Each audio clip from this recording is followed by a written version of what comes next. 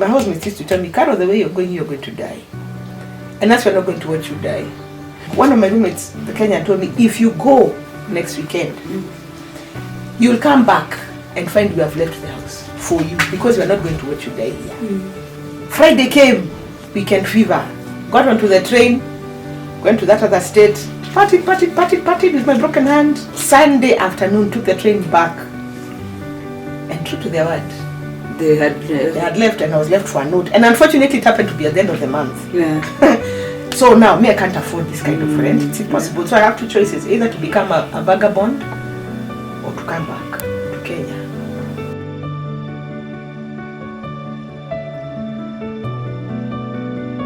So I wrote my dad an email. I said I want to come back. All these accidents, were your parents aware of them? I've never discussed those things until today. So you wrote them an email? I said I want to come back. I said I have a feeling I'm going to die here. That it caught my dad so off guard because he didn't have money. So he had to source for money, get me a ticket, and I landed back in Nairobi. When I landed at JKIA, my parents almost missed me at the airport. Because the Carol who went is not the Carol who came back.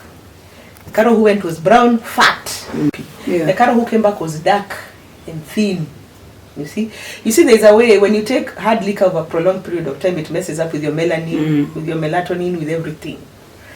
And the car was silent, pin drop silence. No one is talking, no one is saying anything. I've come back with nothing apart from some clothes and some, what are they called those days, VCDs for my kid brother who had sent me because he wanted to do animation later in life. And this was when he was in class 4. Those days we used to call it standard 4. Yeah. And you know, that was the one accomplishment I did for him, because years later, he used those things so much over the years that early last year, he was nominated for the Oscars. At least something good came out of it. He was nominated for the Oscars last year. But unfortunately, he didn't get it. But anyway, that was one good thing. So the car was silent, pin drop. Nobody's talking, nobody. And what is your frame of mind at that time? I don't know what to say. There is confusion, there is shame, there is embarrassment, there is everything. I'm wondering, why is everyone not talking? What is the plan? When we get to the gate, wow, I think it hit my mom for real. And she hit it, and she was like, we embarrassed the family. You'll stay home, take care of the cows. Let's look for money to educate the rest. But my dad was quick enough to calm her down, so I went back to school, and successfully. And I did advertising and media.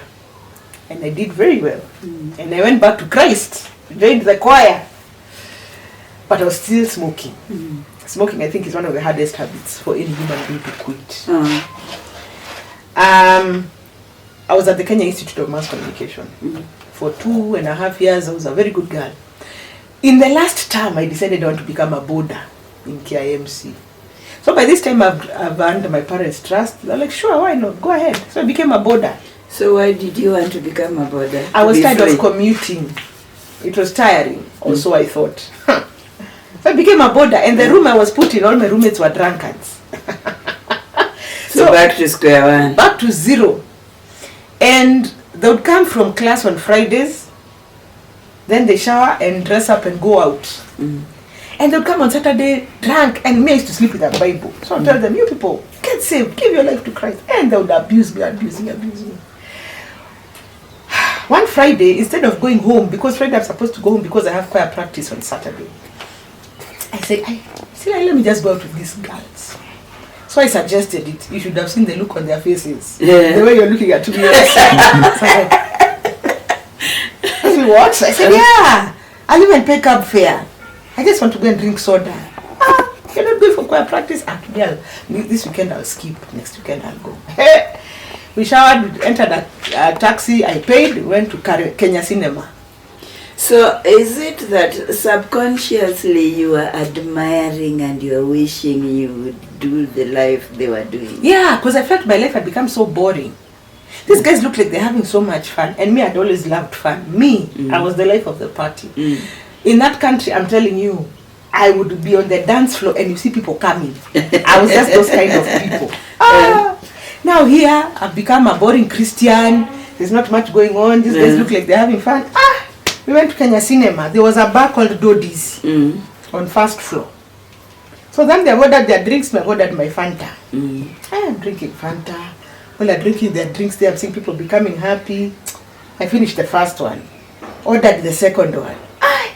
My stomach is just getting bloated. I said, surely, how long will this go on? I ordered the third Fanta, then I asked the barman, because we were seated at the counter. I asked him, give me the small one, the small Fanta. He gave me. Then I asked my friend who was sitting next to me, I told her, so just pour for me a little bit of what you're drinking in my glass. She said, are you sure? I said, yes. And, ladies and gentlemen, that was the beginning of another. We entered Kenya Cinema on Friday. In those days in Kenya Cinema, there were two bars. There was that Dodi's and another one that was owned by Nigerians called Zanzibar on the 4th floor. We entered Kenya Cinema on Friday. We left Kenya Cinema on Sunday morning. From Friday to Sunday. Saturday. What are you doing all this time? See, we are drinking. We are drinking. Is it possible to drink from Friday to Yes, Sunday? and when you sleep in the morning, you're told, in when me good wash it. Yes, it's possible. The same clothes. We have not left Kenya Cinema. There was food that used to be sold around there, so people bring this hot dogs and whatever. So those are the things you're surviving on. And the adults that are working in that, but then they're okay. I mean, that's how they get their salary, isn't it? So even if you want to drink until whenever, it's up to you. I'm telling you, we left Kenya Cinema on Sunday. I had switched off my phone at this point because I was being looked for. That was the first time I felt like committing suicide because it hit me now. What have you done? I'm hearing church bells. People are going to church as we are leaving the club after 2 nights of sleeping in clubs. Downstairs, upstairs. If you're not upstairs, you're downstairs. Back, one of the waiters said, "Hey, simande nyumbani mkabadilishe nguo. Go home, change clothes, then you come." Sunday evening, I switch on my phone. I've been looked for. I'm like, oh, my phone died. I don't know. We had gone on a trip. Lies. And that happens in the life of a substance user. Not even a substance user. Anybody who is struggling with any sort of addiction. Be it chemical addiction, which is alcohol or substance. Because addiction falls into 2 categories. There's chemical addiction, which is alcohol and substance, drugs. Or behavioral or process addictions, like gambling, pornography, masturbation, overeating. Those are process addictions. Anybody who is either struggling with a chemical addiction or a process addiction becomes a liar without even knowing. And you use one lie to cover up the next, and it becomes a pack of lies along the way. And that's why if you have handled people who struggled with any sort of addiction, they're also very good at manipulating. They're manipulators. In the Bible, we are told that the thief comes to steal, kill, and destroy. Yeah. And if you look at anybody who's struggling with any sort of addiction, they are brilliant people upstairs. True. That's why if you go to rehab centers, you'll find doctors, lawyers, pilots. You'll find the top cream. You will not find Why? Because if you ask me, the devil goes back to God and says, "You said Pamela will become what? An engineer. This is the one you're calling an engineer. Look at the kind of life she's living here." So he goes back to mock God. You see? So that God's glory can be put to shame. So the devil targets the cream of yes. So that he can have a reason to go back to God and say, whatever destiny you had purposed for this one will not come to fruition. Not on my watch. You see? Yeah. So the drinking continued like that, and in the last semester I conceived my son. And for me it was a shock. Because remember I said in high school, I will get married. A virgin. Now here I conceived my son. So this conception was with a boyfriend? Yes. Yes, I would put it that way.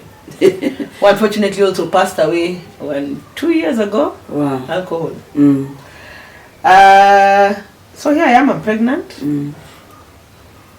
I'm in the church choir. Women in the congregation were the first ones to notice there's something off with Carol. So while you are still drinking, doing alcohol, going out, but you're in the choir.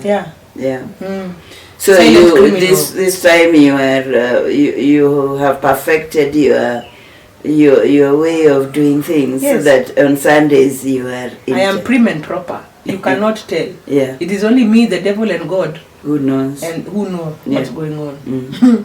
Now I've fallen pregnant, and the women in the church were the first ones to notice there's something wrong with Carol. So they would ask my mom, is Carol pregnant? So one time she came and asked me, and I said no. Your mom had not noticed. Yeah.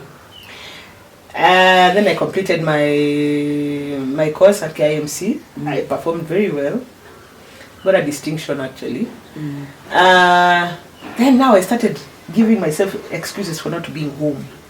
Myra, we have gone for a school trip, or there's something I'm doing that's keeping me out of home. When my parents are there, I'm not there. When they're not there, I am there. When they're eating dinner, I'm in my room. When they're in their room, I'm downstairs. You see? It's cat and mouse, cat and mouse. Cat and mouse until towards the end. And the day I conceived, I didn't even know, because I'd never gone for these clinics. I was in denial throughout my pregnancy. And I was big, very big at the time. So even as people are asking you and you're saying no, you truthfully do not know that you're pregnant? No, I do know that I'm pregnant, but you I'm know, in denial. but you're denying. Yes, mental problems here. So, but I was very big, so I used to wear very big clothes. Yeah.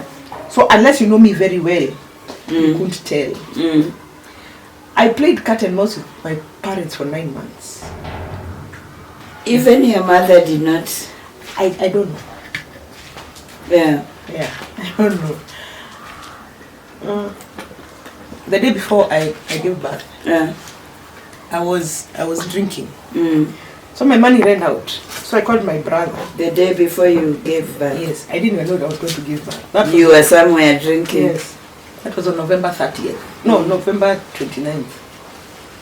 So I called my brother, and he comes and he asks me, why do you look so big? That is the time he was noticing. Some of the things that happened. Yeah, and I told him, me, I'm not big, maybe your man is high. So we drank, and we were drinking vodka. So now we get home at about 7. My dad is one who opens the door. He's so disgusted by us because both of us are not sober. He said, people like, even you're not going to eat, you go to bed. So he went to his room, I went to my room. Your dad must have had a lot of grace to contain all. He's a very graceful man. He's a phlegmatic by nature. Yeah. At 3 in the morning, I can't sleep. My back, I feel like I'm being cut by a hacksaw. I can't. I've removed my mattress from the bed, put it down, tried everything. Labor. Then I realized I'm bleeding. I said, why? I went and told my brother, because he used to live in the main house. I entered his bedroom. The guy was so innocent. I go tell him, go and tell daddy. Not mommy, go and tell daddy. I'm not feeling well. So he goes and he knocks on their door. Poor boy. And who comes? My mother. By this time my stomach is out. There's nothing you can hide anymore. My mother asks me, are you pregnant? I told her no. At that point, she just laughed. And you are in labor. Yeah. So she went and called my dad. My dad came out of their bedroom with his pajamas. He's not wearing his glasses. He told me, let's enter the car. How are you feeling? What's going on? He has no idea. We get to the local dispensary. I'm put into another room. They check me. They tell me I'm dilating. Do I even know what is dilating? Then in the next room, I'm hearing my dad being told, congratulations, Mr. Kagia, you're going to be a grandfather. So my dad says, grandfather to what? So the doctor, who is now late, Dr. Yusuf, your daughter is going to have a baby. And my dad says, which daughter? So Dr. Yusuf is thinking my dad is playing with him. So Yusuf says, Mr. Kagia, you just brought in Carol. She's going to have a baby. Then my dad says, oh, okay. He enters the car and he goes. Then I hear he found my mother seated on the bed and he tells her, congratulations, you're going to be a shosho. Gosh. And he slept throughout the night. How she didn't. My labor was so intensive because I drank throughout my pregnancy. I was in labor for 26 hours. At some point they said I'm going to die. They said maybe I should go for cesarean. The doctor refused. He said it's too late. So they tried suctioning, they tried everything. Finally the baby came after 26 hours. Can you imagine, with all this chaos that is happening in my life, my dad sent me a text. And he tells me, Mom, just to let you know I love you, I wish you all the best. Imagine. I think that is God. I'm telling you. That is protection, divine protection for you. Yeah. And my son came, I got into it's called, what is it called? Postpartum depression. Mine was terrible. And I go home with my son 2 days later and my dad comes and looks at him and says, wow, He's so handsome. My God. My dad gave him his last name. So my son is named after my dad. And as if that would stop me from drinking, now my drinking escalated. But did you accept the boy at that point? No. I was like, what is this now? Were you breastfeeding? My breast milk stopped after 1 month. So how was this boy? So he was on formula. He was on formula for a long time. And your life of drinking continued? No, it stopped for 7 weeks. Yeah. Until my mom realized this girl is sinking very fast into depression. Yeah. So she told me, why don't you take a walk or something, just go have a soda or something, the baby's okay. Ah, yeah. I said soda. Me and my legs, see, I have bus fare. Matatu, Kenya Cinema. I went to had one beer, I couldn't even finish it, I was so disgusted. The guilt came back, I went back home quickly. 4 months after my son was born, I was very lucky to get a job in a media house, which is it's actually the top media house in Kenya today.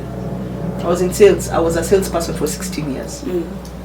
And now I have predictable income. Now here, with predictable income, my drinking has escalated. Okay? And I was earning very well. For a first-time job, I was earning very well. When you're having your first job and you're earning 50,000, yeah, that's a lot good of money. Yeah. And I'm staying at home. Yeah. Hey. So you have liquid. And I'm in sales and I'm a good salesperson. I can sell even you right now. If you tell me you want to get married, I'll get your husband. I'll sell you online. And you'll get him. So, and my commissions were good. Yeah. So now I started lying. Like I said, people who suffer with substance abuse are liars, manipulators, con artists, everything. So I would cheat. My parents have gone for a road show. This is the time that media was trying to penetrate the different, counties. So my parents would believe me. Hey, so I'm out. Every weekend I'm out everywhere. I'm out. And they're looking after your son. And they're looking after my son. So one particular time, these summer bunnies, they came from I had a lot of friends who were in the British Army. So they came for holidays. And they look for who? For you. So that addiction is alcoholism is actually a brain disease. I disappeared from work and from home for 21 days. 21 solid days. My phone is off. I've forgotten I have a job. And you've forgotten you have a son. It hit me when these guys were going back to the UK. You did not even tell your parents. Tell them what? No. I've not communicated. So even everybody's looking for you. My line manager, everyone. I switched on my phone after 3 weeks. It's buzzing left, right and center. The only person I texted was the HR. To tell HR, I'm sorry I've not been coming to work. My son has been unwell. And she writes back quickly and says, oh, we've been looking for you, didn't know what was going on. We wish him quick recovery. I said, amen. And switched off my phone. That same day, Pamela, my parents went to Citizen. That same day. To look for you. We have come to look for And here you are, you have said your son. And I'm at home. We have come to look for Carol. Carol, look at Kagia. Oh, but she's at home with her child. I haven't seen Carol for 3 weeks in this way. That was the first and last employment. I was terminated via SMS. There was no email, nothing. I was just told, you're fired. That was it. Hey, now my summer bunnies have gone back. They've left me with a few shillings. Hey, you're going back to... I can't go home. To whose house? So it became some things hit me as I grow old. I became literally a bum. Because today I'm in Sharon's house, tomorrow I'm in Mwende's house. I'm moving from house to house of my friends. I'm not paying for anything. And are you thinking about your child? Am I even thinking? Let's start there. That's why they say alcoholism is a brain disease. Wow. I'm not thinking. I have a child. Of course the thoughts come to my head because he's such a cute baby. He loved me so much. Where am I? Nowhere. God works in mysterious ways. 2 weeks later, because now my phone is on full time. 2 weeks later, someone I used to work with at Citizen calls me. He tells me, there's this new media house that has come to Kenya. that is looking for people and I referred you. You're going to be called for an interview tomorrow. Sina nguo. I'm telling him, imagine I don't even have money. I've lied to him, said, oh my God, what happened? Let me send you something. But you have an interview tomorrow. And he was not lying because I was called. Now I have to go look for an outfit to go for the interview. I was called to work, but the organization that was looking for people was a South African media house. I went, I was interviewed, my mouth sold me. I got the job. Now my salary has tripled. Tripled. Can you imagine? I tell this man, because my boss was white, I tell him I don't have money at the moment. Like, it's okay. We can even give you... They paid me my first salary even before I've entered. I have a lot of money. I have a lot of money. Well, I have over 100,000 shillings. There. What did I do? Looked for a house quickly, Thika Road. Now, I started calling my mother slowly. First, what I did, I sent her some money. To soften her heart. I sent her some money. I switched off my phone. So now you know I'm supposed to start my work on Monday. Today is Friday. Sent her some money. About 10,000. Switched off my phone. Hey, now I have some clothes. I have a house. I have a blanket, a mattress. At least I have somewhere to sleep. I have some 2 shillings. I'm feeling good. Went to the bar. Switched on my phone Sunday night. Oh, yeah, thank you, received. Your Michael is doing well. When I come in to see him, now she's not even angry. The money has made I'm starting work on Monday. I even sent her a picture where I am. Hey! And now I became a member. I'm in Johannesburg, Cape Town. Hey, back and forth. Regional sales manager, East Africa. Hey! Until today, I cannot tell you what the OR Tambo Airport, Johannesburg, looks like. I never went when I was sober. I never came back when I was sober. I don't know what the airport. I don't know what it looks like. And then things started just going crazy because once I prepared, I remember making a presentation on flight to Johannesburg. I knew what I was supposed to speak about. That night when I got to my hotel room, I drank so heavily.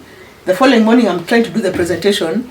I can't remember what I'm supposed to present. And this is in front of the whole of all the managers in East and Southern Africa. I can't remember. I was saved by somebody who realized what was going on. So that contract ended after about 2 years. So I moved from media house to media house to media house. But for me, I think the height of I think I'd always been an alcoholic from the word go. It's just that my tolerance levels kept getting higher and higher and higher. But the first person to notice I had a drinking problem was my dad. And that was in 2007 when my son was 3 years old. He called me on a Friday and he told me, wherever you are, come, your son is not well, we are at Gertrude's. So I take a taxi and I go to Gertrude's. And my son needed me to give him, to administer some medicine to him, and I couldn't because my hand is just shaking. Like this. So my dad was seated somewhere and I could see he's looking at me. So he spoke in our vernacular. He said, no, just give the nurse, you go back where you came from, we'll talk later. So he sent me a very long text and he said, Mom, you have a drinking problem and you need help. This is 2007. But by then I had so much money. What are you telling me? If you are still working in this international... I'm still working. And funny enough, I never used to pay rent. Why? I didn't feel like paying rent. I just didn't feel like. So I've been auctioned twice.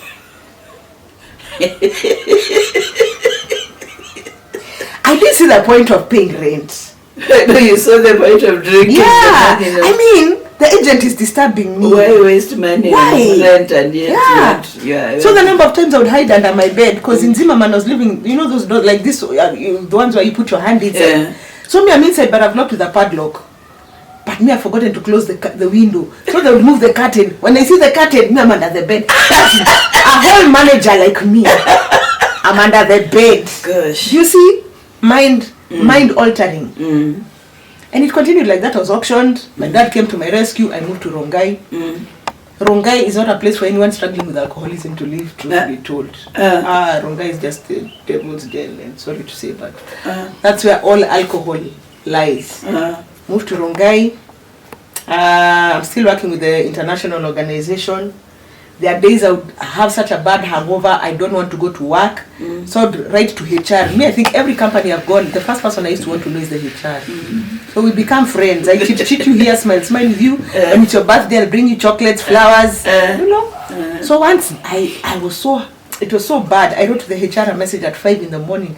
I said, I can't come. I'm so sick. I even lied, my grandfather is dead and the man was alive. My condolences. I'm having such bad withdrawals. There was a bar next to my house. I had the barman's number. 6 in the morning, after HR has told me it is well, I told him, open for me, I'm coming. That's how bad it was. That company was so good to me, they raised money for a man who was alive. I went to work on Monday, I had an envelope of 40,000 shillings. To bury someone. For your grand... And you took it? Of course. I did. So it continued like that, like this. It's not supposed to be that funny. That part you'll have to edit out. So it continued like that. Okay, he passed on some years later, but I really said sorry because I killed him prematurely. Did he know eventually that you killed him? Who? You go and tell someone you know I killed him. Every alcoholic has killed someone.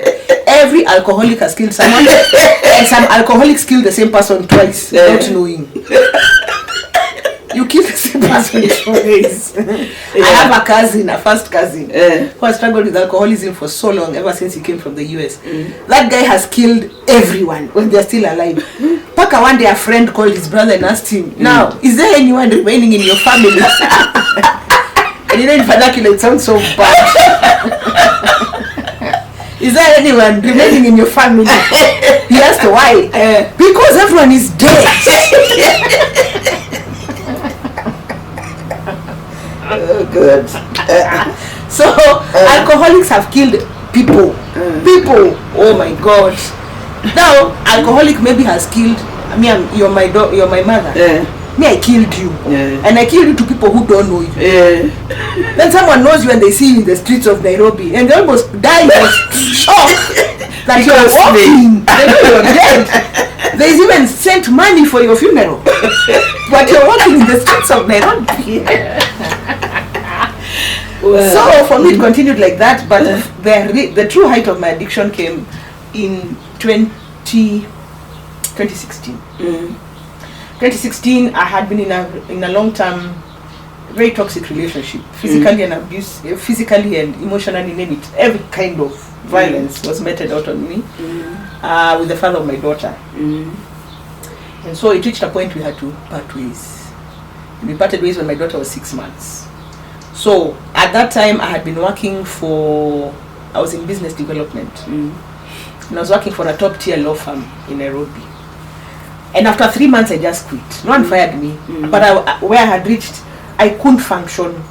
You see, when you drink over a prolonged period of time, even a basic task on a computer, you can't. It becomes hard. Yeah. So me, I saw here, it's not working. And once my boss asked me, Carol, do you have a drinking problem? So I don't know if she asked me because I'm not functioning or because I was smelling of alcohol. I'll never know. You know, but after I remember Easter hit, I got my salary. I switched off my phone, disappeared from my own house for 3 days, was in a bar for 3 days, and that was how things just started going down. As I've broken up with the father of my daughter, now I'm jobless, I am manless, I am broke. I've had to let go of my house girl, I can't afford to pay her. So now my choice of drinks, I can no longer afford the top tier drinks, I've come down, come down. Until one day, I'm walking with my daughter. By this time, my son is in boarding school. I'm walking with my daughter where we used to live in Matasia. And I discovered a Shylock. And we became friends. And I introduced myself. He asked me, where do you live? I told him. He said, oh, you are the daughter of Nani. My dad is a developer. So he had given us a house. 3-bedroom, own compound, gated community. And yes, so I took his number. Me now, I'm broke. The things I'm drinking, Pamela, I understand those people who drink those funny things because I've done it. Not once, not twice. One day I discover I really don't have money, and for real I'm having withdrawals. So I send this guy, please call me. I tell him, come. The first thing to go was my fridge. I asked him, this fridge will take how much? He said 4,000. I said, take. He gave me 4,000. Wow! I was waiting for my son to come from school that weekend because he was a weekly boarder. The next thing to go was my gas cooker, which I'd bought for 60k. He took it with 5k. What did I use to replace that gas cooker? This kerosene, these green things, those ones. And you imagine that one, the stove. And I'm living in a stone house, 3-bedroom, beautiful, own compound. My neighbors used to think I'm mad. My son comes, Mommy, gas cooker, fridge. Hey, sob story, no, kids will always love you. Your children will always love you. Whether you're a bad mother, dysfunctional, somehow children are wired that way, you know. Hey, I got excited. That is when there's this place called The Hub in Karen that had just come. I have now about 8,000 because I've used 1,000 and something. I'm telling my children we're going to The Hub. I'm excited. I'm taking them to have, I like nice things. So I'm taking a taxi from Matasia to The Hub to enjoy. You don't remember that this money will get finished? I don't. The brain span of an alcoholic is zero. My money is almost finished. We've come. My kids have enjoyed. At least I know that day I won't have to buy kerosene. Like that.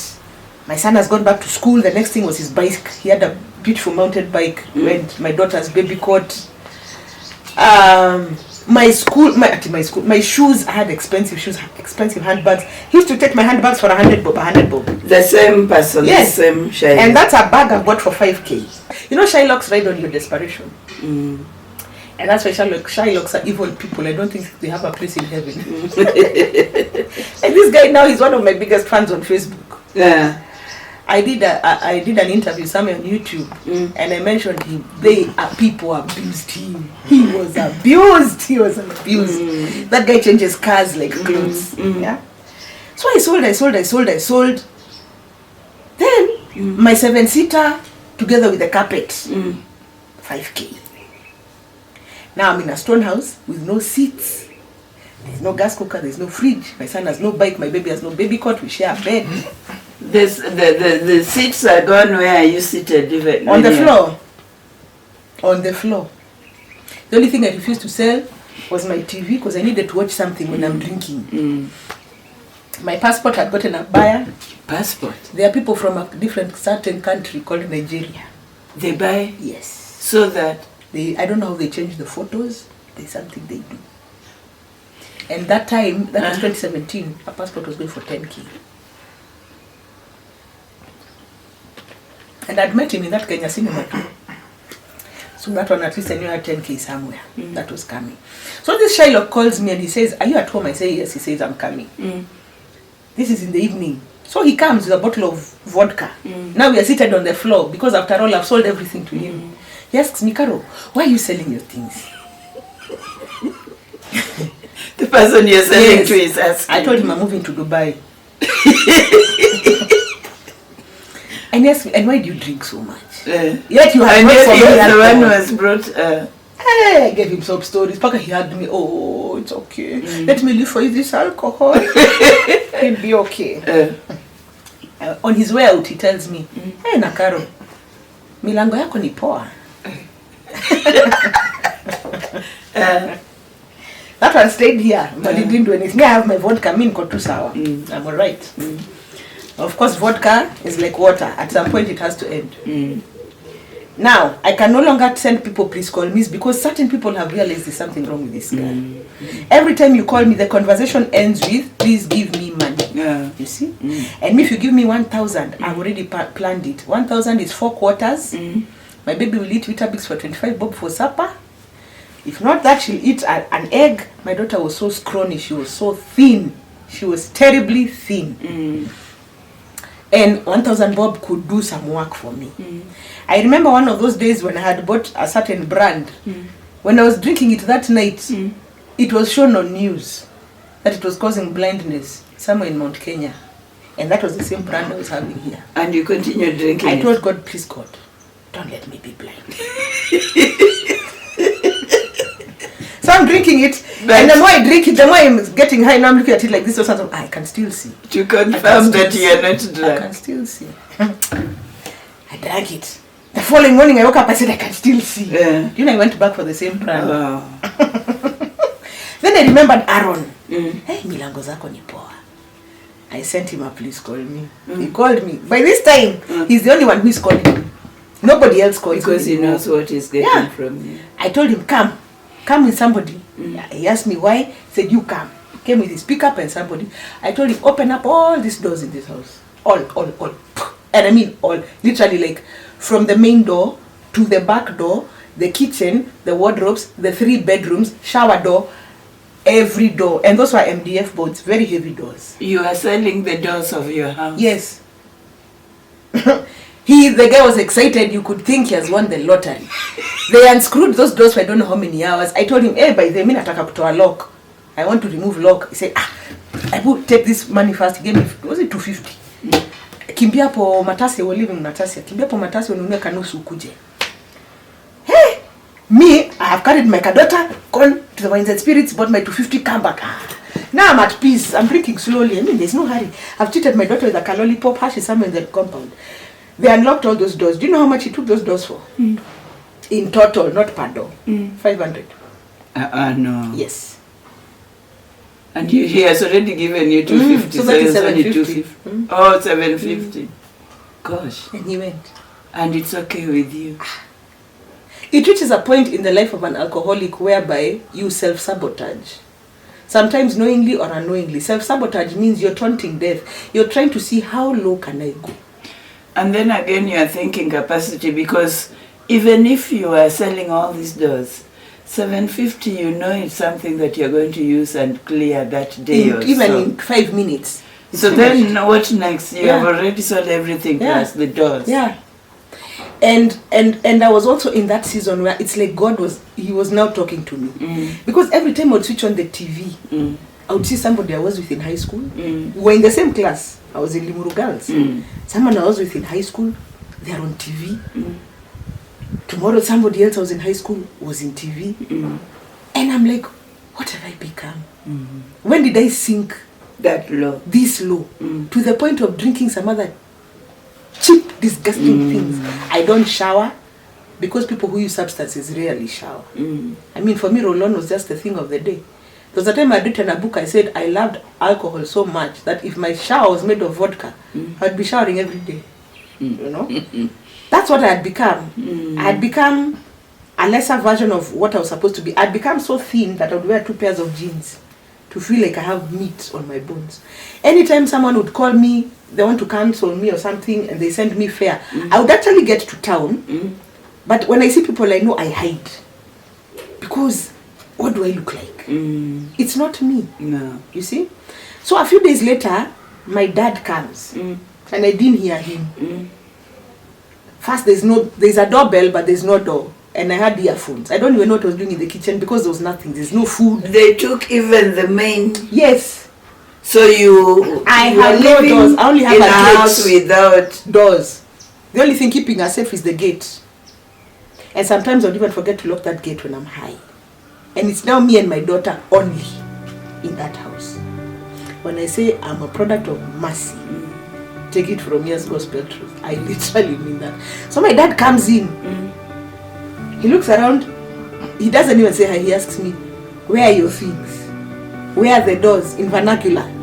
Where are your things? Where are your doors? Were you auctioned? Again.